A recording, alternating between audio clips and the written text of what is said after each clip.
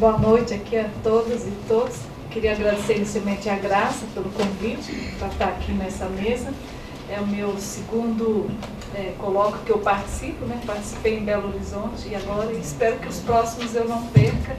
Agradecer a todos pela oportunidade.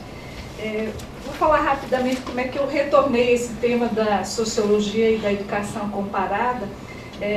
Foi algo até curioso, mas faz parte às vezes das nossas trajetórias. Eu fui desalinhada da minha pesquisa, da minha linha de pesquisa na pós-graduação. O meu programa de pós-graduação passou por um processo de reestruturação em 2011, 2012, e aí houve uma mudança de linhas, e nesse processo a linha na qual eu estava vinculada perdeu professores, que era uma linha de estudos, educação e políticas públicas em gênero, raça, etnia e juventude, e aí coincidiu que eu estava já de saída para o pós-doutorado, então eu falei, bom, então deixa eu ir para o pós-doutorado. Eu fiquei 3 anos sem abrir vaga de mestrado, nem de doutorado, só finalizei as orientações que eu tinha nessa antiga linha de pesquisa, e saí então para o pós-doutorado pensando, bom, agora eu vou ter um ano para pensar o que eu vou fazer depois, voltando para o Brasil. E aí, nesse período lá, eu estive na Universidade de Stanford e tive a oportunidade de ser aluna, o que é muito bom, né? Depois a gente dá aula tanto tempo, falei, que bom não precisar dar aula um ano, que bom só ser aluna e escolher o que eu quero fazer, as aulas que eu quero assistir.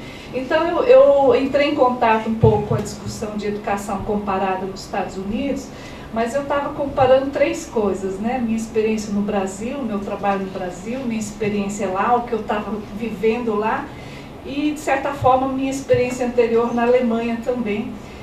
Então, quando eu voltei então, para o Brasil, a gente se reorganizou, nós somos hoje 4 professoras, numa linha de educação comparada, mas buscando um pouco essa perspectiva histórica hermenêutica, que é uma das vertentes da educação comparada. Antônio Nova também trabalha nessa direção, que é uma linha que a gente quer aprofundar mais, né? Então eu estou retomando, por assim dizer, alguns estudos que eu comecei lá na minha época de mestrado, quando eu trabalhei no Instituto de Educação Intercultural na Universidade de Berlim, e depois, principalmente, da minha tese de doutorado. Eu vou trazer aqui, então, 2 autores que o meu orientador de doutorado à época me recomendou quando eu falei que eu queria fazer um estudo comparado sobre jovens negros em São Paulo e jovens de origem turca em Berlim, né? Como que esses jovens lidam com experiência de segregação e discriminação. É um artigo do Friedrich Tenbruck, os 2 já são falecidos.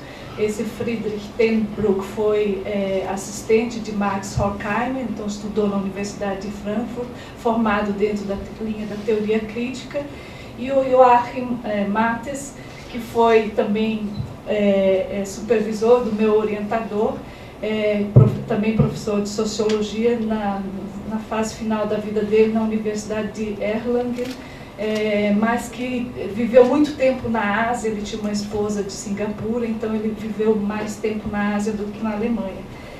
Acho que meu orientador ele sabia por que eu tinha que ler esses 2 artigos, principalmente antes de começar minha tese de doutorado, né? Meus estudos de doutorado. Então, eu vou iniciar com uma definição que o Mattes traz de comparação, para depois aprofundar um pouco as ideias dos 2 autores, né? Ele vai dizer o seguinte: como comparação, entende-se aquilo que é feito após a determinação das variáveis para a operação que se pretende realizar. No entanto, a comparação já inicia em uma etapa anterior, juntamente com a determinação dessas variáveis. Se quisermos prestar contas do processo, devemos perguntar pelos motivos para a comparação. Por que queremos comparar? No entanto, essa não é meramente uma questão operacional, mas, sobretudo, substancial. Ela está relacionada a um processo cultural no qual está inserido o fazer do sociólogo.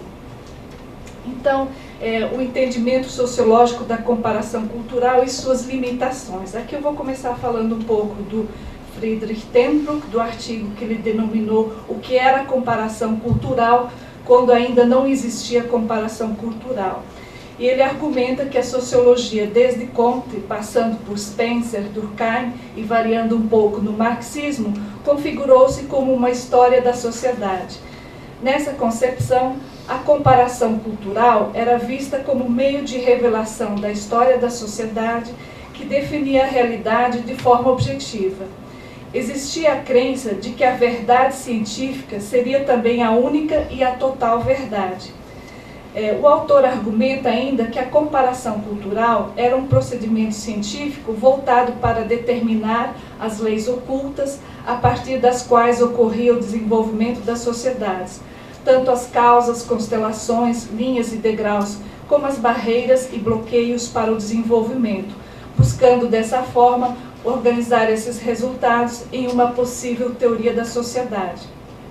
Outra crítica do autor diz respeito ao fato da comparação cultural na sociologia restringir-se a uma busca por paralelismos no desenvolvimento interno de uma dada sociedade em relação a outra, o que se revela problemático, uma vez que o desenvolvimento interno é constituído na relação com estruturas ou condições externas. Esse foi o primeiro desvio de percurso na teoria sociológica, que produziu comparações vagas, não comprovadas e distantes da realidade. O segundo erro, ou desvio de percurso, se deu em decorrência do primeiro. Na medida em que fatores externos foram ignorados, também negligenciou-se o fato de que distintas culturas já há muito tempo vinham estabelecendo comparações entre si.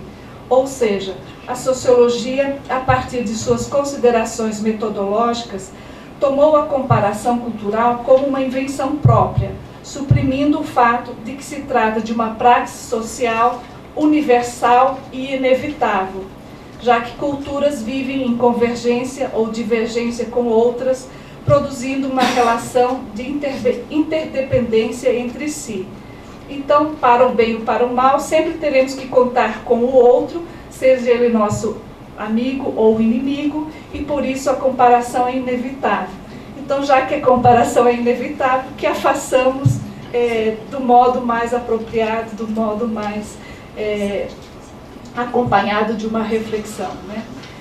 Tenbrook, então, aponta ainda que a comparação cultural, tal como desenvolvida na sociologia, nos coloca diante de um problema que precisa ser totalmente revisto.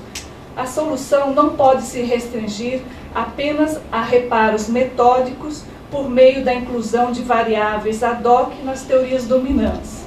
Ao invés de permanecermos atados ao conceito de história de sociedade, faz-se necessária uma mudança de perspectiva completa, que procure captar as imbricações entre as estruturas sociais internas e os fatores externos e compreender que todos esses fatores externos, manifestados nas práticas sociais e na comparação cultural recíproca, devem constituir objeto de interesse social. No entanto, prossegue o autor, esses fatores externos tampouco podem ser captados de forma objetiva. Nessa mudança de perspectiva, é necessário reconhecer também que as condições externas não podem ser simplesmente detectadas de forma objetiva pela sociologia, uma vez que elas próprias já foram objeto de avaliação mútua de distintas culturas.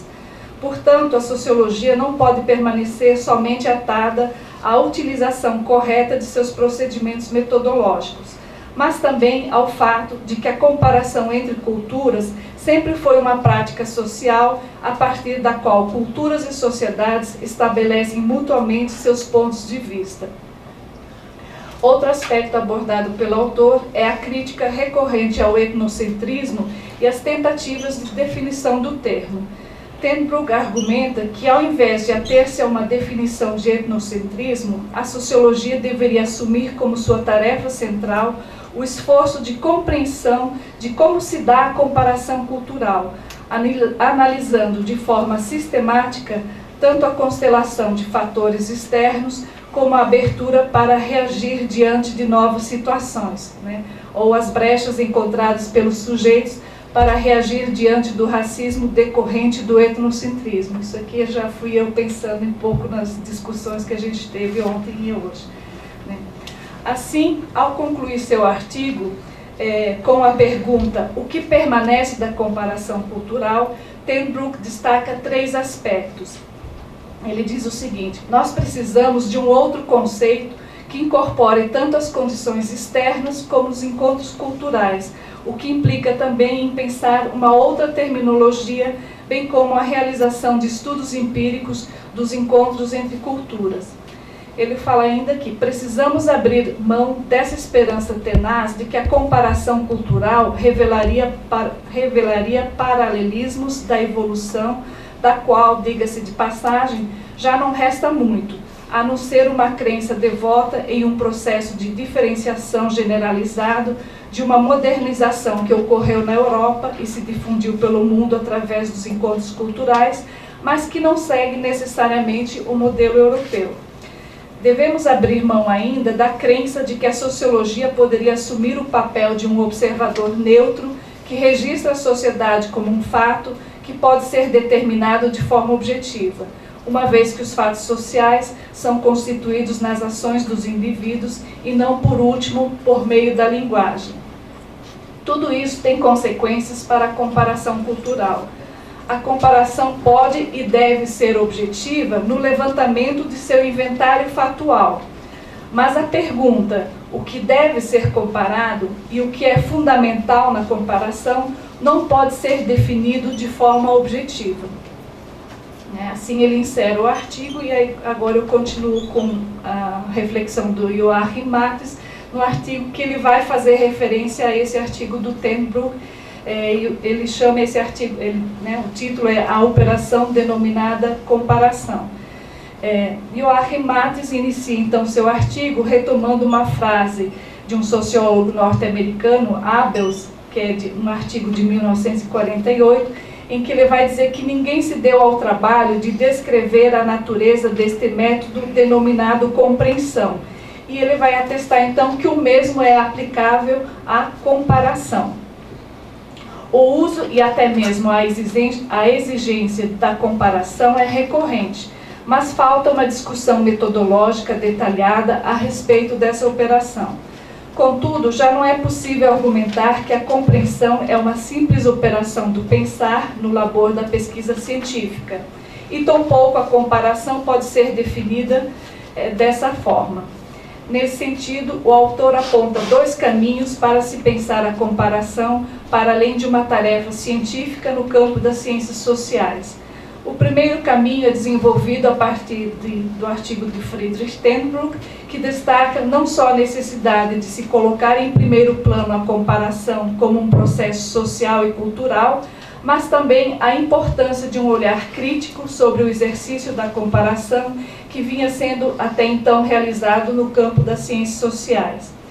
E o segundo caminho é desenvolvido pelo próprio autor, pelo Joachim Mattes, e diz respeito a um processo de reconstrução e de crítica das práticas habituais de comparação nas ciências sociais, que deve partir dela mesma, das ciências sociais, à luz do que o andar sobre este caminho revela. O autor aponta ainda que este segundo caminho revela obstáculos, uma vez que faltam discussões epistemológicas e metodológicas mais amplas de aspectos da comparação nas ciências sociais. Ao invés de tentarmos definir o que é comparar, Mattes defende a necessidade de verificarmos o que vem sendo realizado sob a denominação comparação e como esta operação está sendo entendida. De modo geral, observa-se na comparação em ciências sociais a junção imediata de coisas diversas, o que poderia ser definido, segundo o autor, como um disparate que se une a um suposto todo, sem reconhecer ou apontar a regularidade dessa junção imediata. O que viria a ser, então, a comparação na sociologia? Nessa seção do artigo, o autor inicia argumentando que existem 2 concepções que tanto coexistem como se justapõem na sociologia. A primeira é de que a comparação é inerente à criação da própria sociologia, e a segunda de que a sociologia carece de métodos comparativos próprios. Essa segunda concepção é mais recorrente nas discussões mais recentes, sobretudo quando o interesse pelas culturas não ocidentais adquire relevância central. Já a primeira concepção, originária do foco da sociologia nas sociedades ocidentais e que ainda persiste nos dias atuais, é de origem durkheimiana, descrita na obra As Regras do Método Sociológico da seguinte forma: a sociologia comparada não é um ramo particular da sociologia, é a sociologia mesma, na medida em que ela deixa de ser puramente descritiva e aspira a explicar os fatos.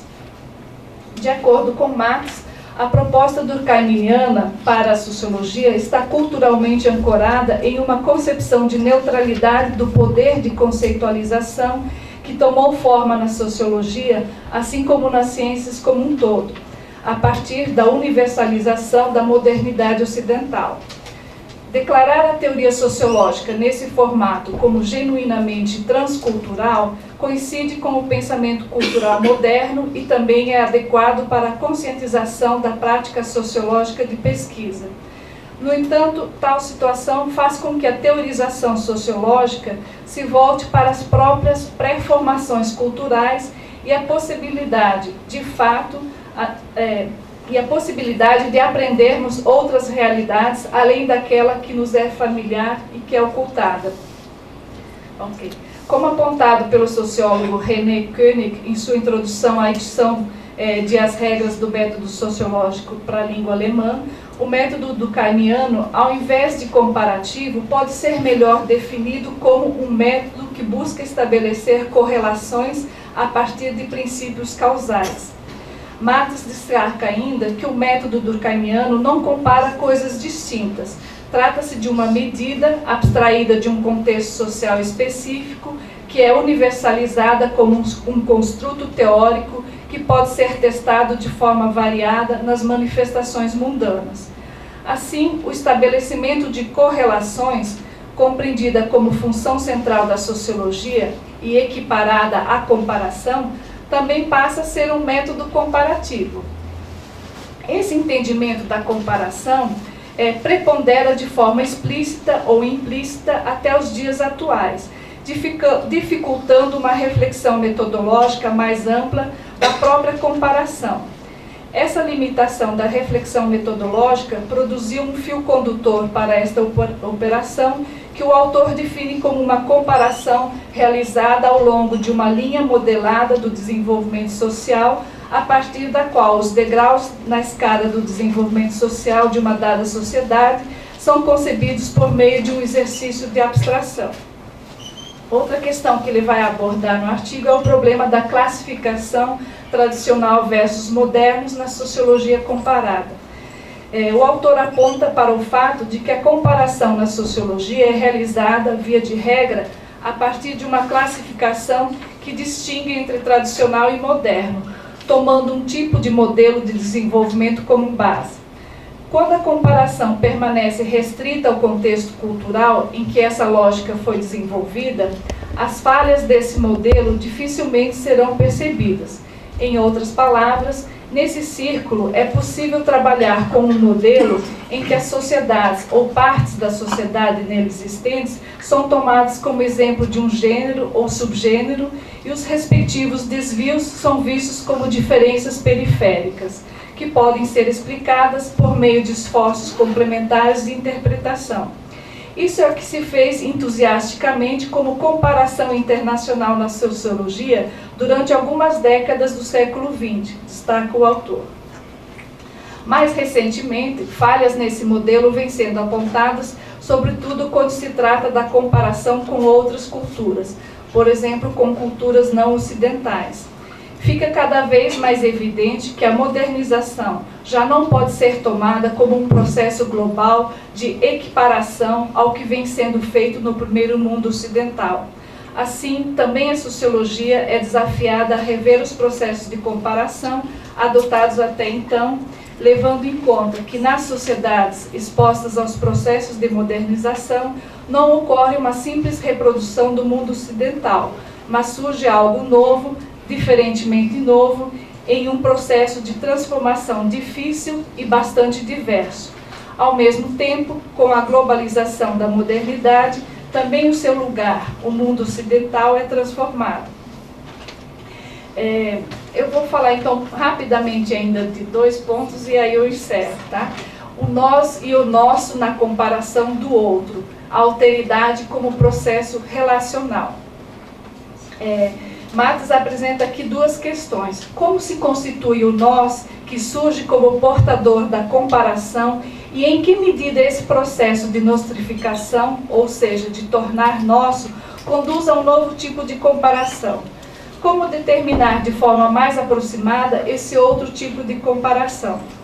Para o autor não existe um meio ou uma forma específica de determinar esse novo tipo de comparação.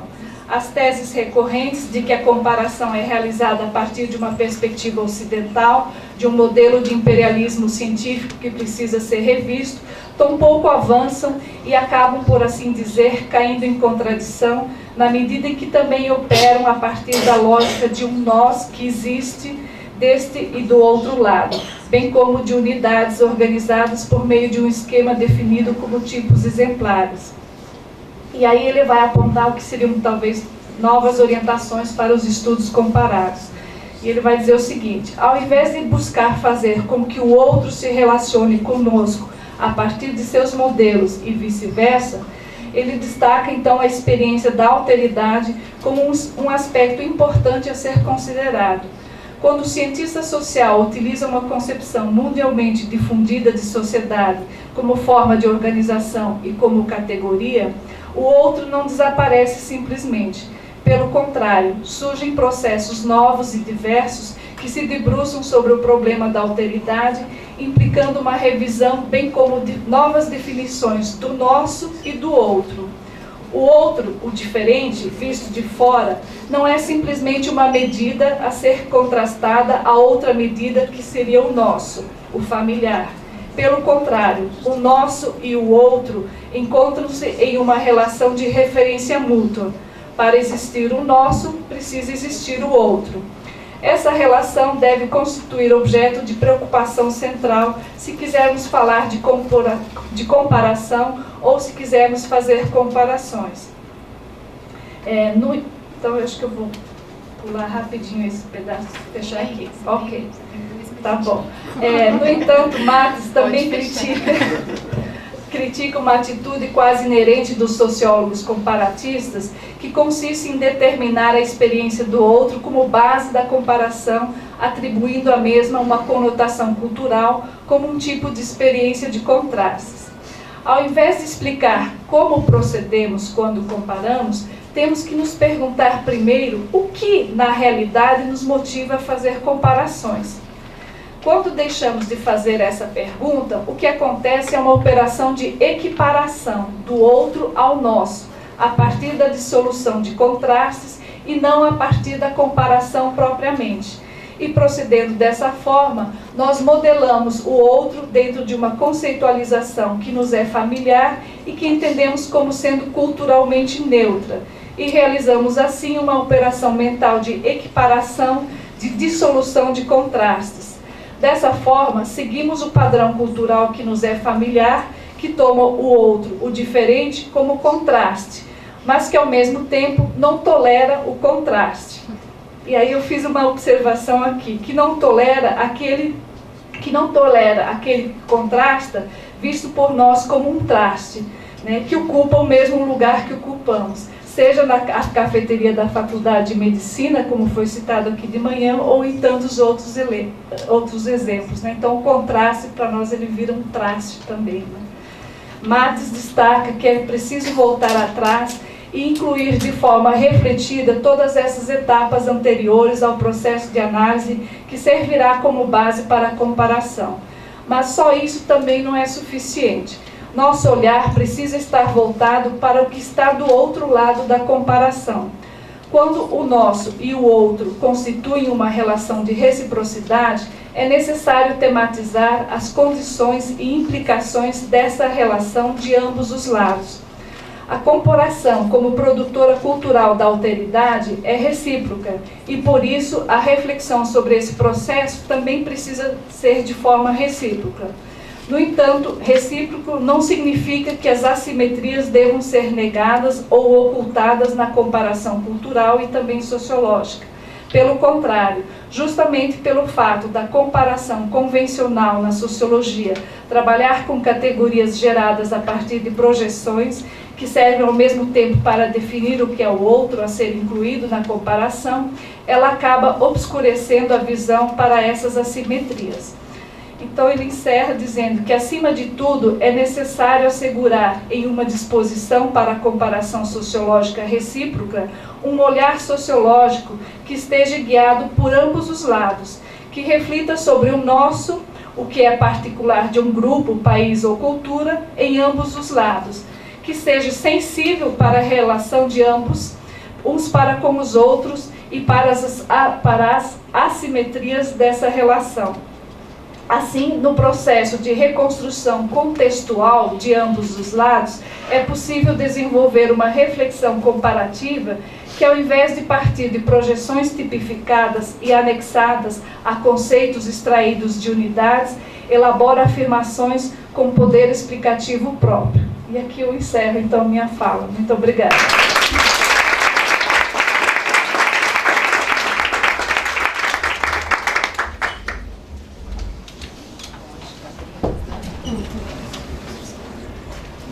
Obrigada, Vivian.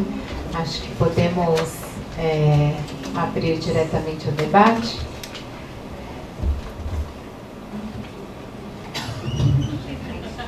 Podemos fazer uma rodada, né, geral. Você, só vou notar, Nathalie. Graça. Sandra. Podemos começar então, Nathalie?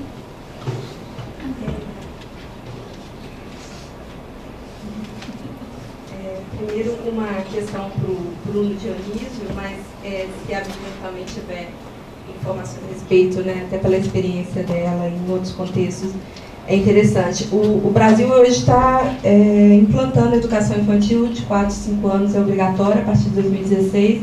Vai ter uma avaliação nacional de educação infantil.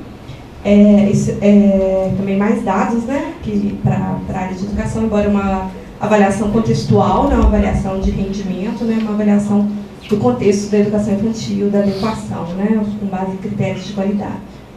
E isso me gera uma série de preocupações quando você falou da questão da escola também chamada cuidar e o que isso pode ser sentido, né, como insuportável. No caso da educação infantil, que é uma demanda histórica também do movimento de mulheres, né, e até para rever essa questão da família como lugar de cuidado, que é um cuidado majoritariamente feminino, assim como a escola, né, quando espera a participação da família, majoritariamente também feminina, ou mães, ou avós. Então, e é uma questão também que envolve a questão das desigualdades de classe, se a gente pensar na questão do capital cultural. A educação infantil ela pode ser uma possibilidade de ambientar essas crianças com material, livros e todo tipo de estimulação. Então, se vocês puderem trazer experiências, né, da Europa, essa questão da educação infantil, ela não é consensual, tem famílias que preferem cuidar em casa. Então, pensar essa questão da educação infantil, o impacto dela para a desigualdade social, de classe, e desigualdade de gênero, no caso das mulheres. E também, em relação a Vivian Beller, como ela aplicaria essa discussão, né, para uma coisa que eu acho que interessa a todos nós, que é a comparação de uma mesma sociedade no tempo, né, que é o que a maior parte de nós fazemos no Brasil, e de grupos dentro de uma mesma sociedade.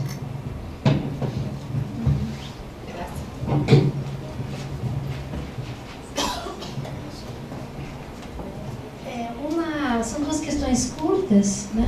Primeiro, para o Bruno, gostei da noção que você usa, a insuportabilidade, né, das políticas. Eu gostei dessa formulação e eu queria saber como ela foi criada, como ela foi suscitada, né? E para a Vivian, não sei se eu estou lendo bastante Max Weber, então estou com a cabeça muito voltada nele, mas essa sociologia comparativa, quando você deu início à sua fala, me lembrou muito a construção dos tipos ideais, né? Porque a construção implica a comparação, né? E os juízos de valor e a realidade. Então, queria saber se tem alguma aproximação, tá?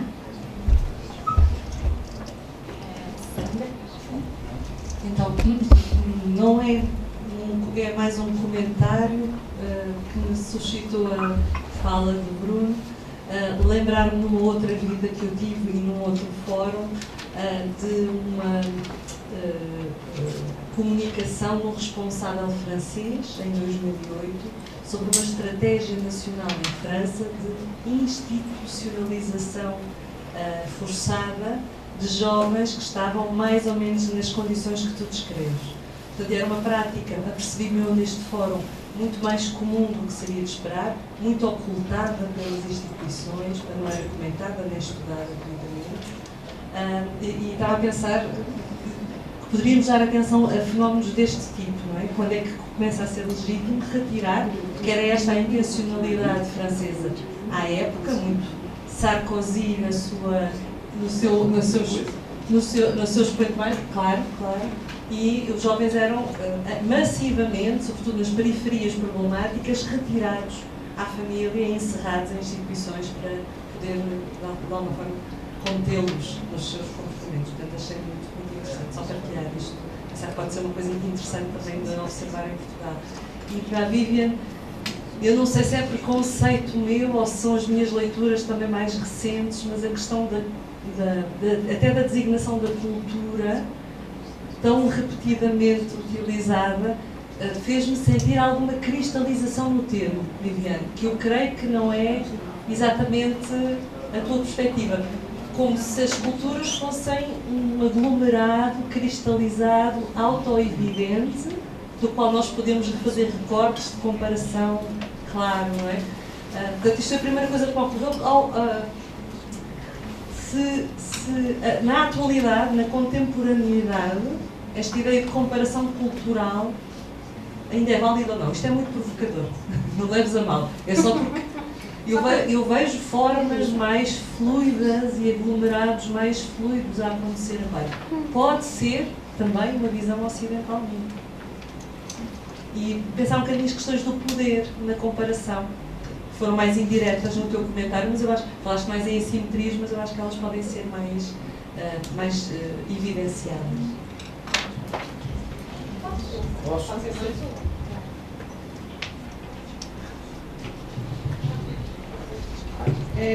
Também são duas perguntinhas rápidas. Para o Bruno, você uma hora falou sobre a irreversibilidade. E na sua fala você deu muitos exemplos de situações de violência. E como eu tenho trabalhado muito, a minha variável resposta é a questão do desempenho. E quando eu falei ontem sobre a questão da exclusão intraescolar, que é uma desigualdade horizontal daquelas crianças que têm acesso, dos jovens, mas que saem da escola numa situação que dificulta fazer escolhas na vida. E eu queria saber se nessa noção de irreversibilidade cabe também essa função que é própria da escola, que é preparação, né? E para a Vivian, na verdade, é porque eu comecei a fazer uma anotação e me perdi, mas eu fiquei muito querendo não ter perdido quando você foi falar alguma coisa sobre o que é feito na comparação quando você determina variáveis antes e depois você completou, me parecia que fazia um contraponto no oposto, como se fosse uma coisa mais dedutiva e indutiva. Eu não sei se foi isso, mas se você pudesse retomar esse ponto, que eu fiquei curiosa. Eu queria fazer uma pergunta à Vivian. A sua intervenção foi muito interessante, justamente porque a questão da alteridade é uma preocupação das minhas pesquisas, que fiz a comparação entre dois verbos, comparar e equiparar, que me parece interessante aprofundar as diferenças entre comparar e equiparar, justamente na discussão que muitas vezes sobre a problemática cultural se coloca também entre o universal e o singular, e o problema do relativo e do relativismo. São questões diferentes e que julgo que nas perspectivas comparatistas estes problemas colocam-se no ofício dos cientistas sociais em geral e do sociólogo em particular. Em relação ao Bruno, sobre o problema da relação entre o que é reversível e o que é irreversível, e um pouco a lógica das instituições, que não é a única, mas que a escola se insere, desta ideia de incluir ao ensinar e ao educar o problema do cuidar no sentido da proteção, que é sobre a questão da proteção que ele queria colocar, e as tensões que isso provoca na escola e entre a escola e as comissões de proteção. Eu julgo que era bom dizer um pouco o que são estas comissões e como é que elas funcionam, porque provavelmente muitos dos colegas brasileiros não sabem exatamente quais são as funções dessas comissões.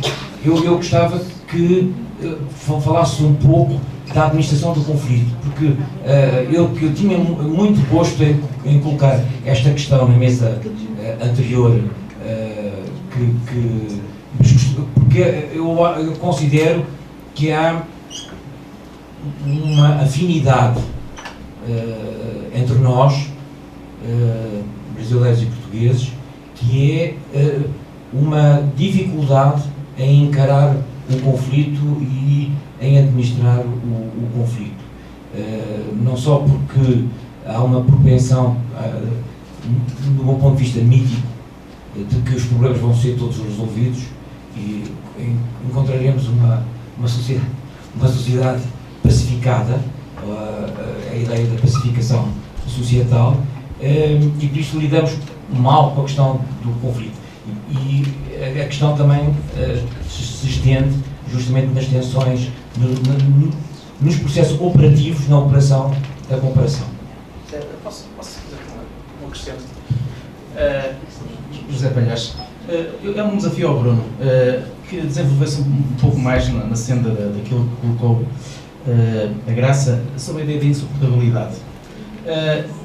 E queria que pegasses em dois exemplos. Um primeiro exemplo é as crianças, desde tenra idade, desde os primeiros meses de vida, são institucionalizadas, entre aspas, não é?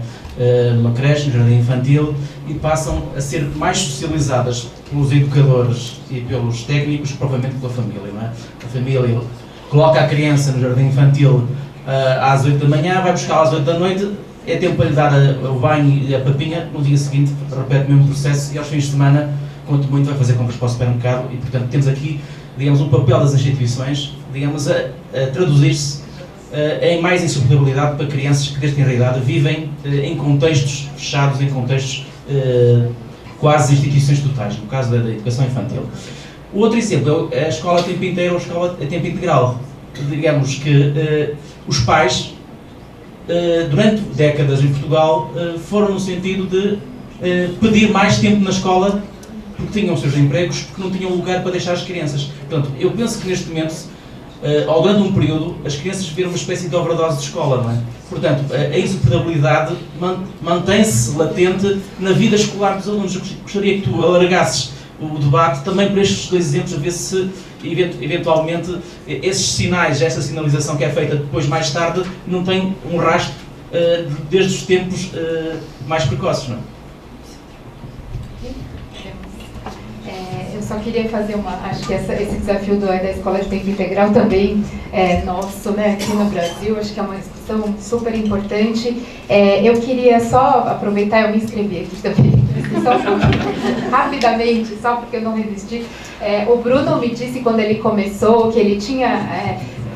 ia falar também um pouco da perspectiva metodológica e porque recuperar essa tensão, né, que você observou entre o cuidar e o educar e essas tensões entre os sujeitos e a metodologia que você utilizou e a importância da etnografia, né, no trabalho que você fez. Então, queria que você, acho que já que foi um tempo curto, né, não deu, acho que aproveitar um pouco para recuperar.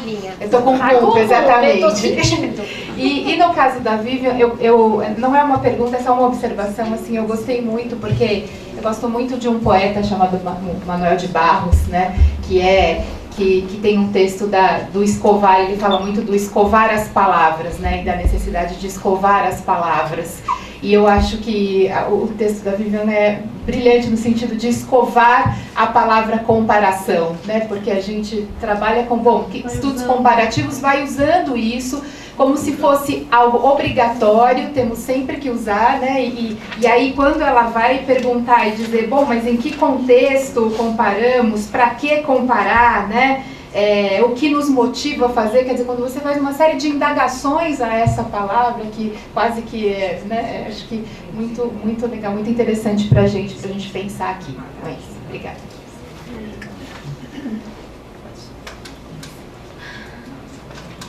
Obrigado pelas vossas questões. Eu vou fazer um comentário único, não é? Procurando abarcar todas as observações que foram feitas. Começando, de certa forma, aqui pela Teresa.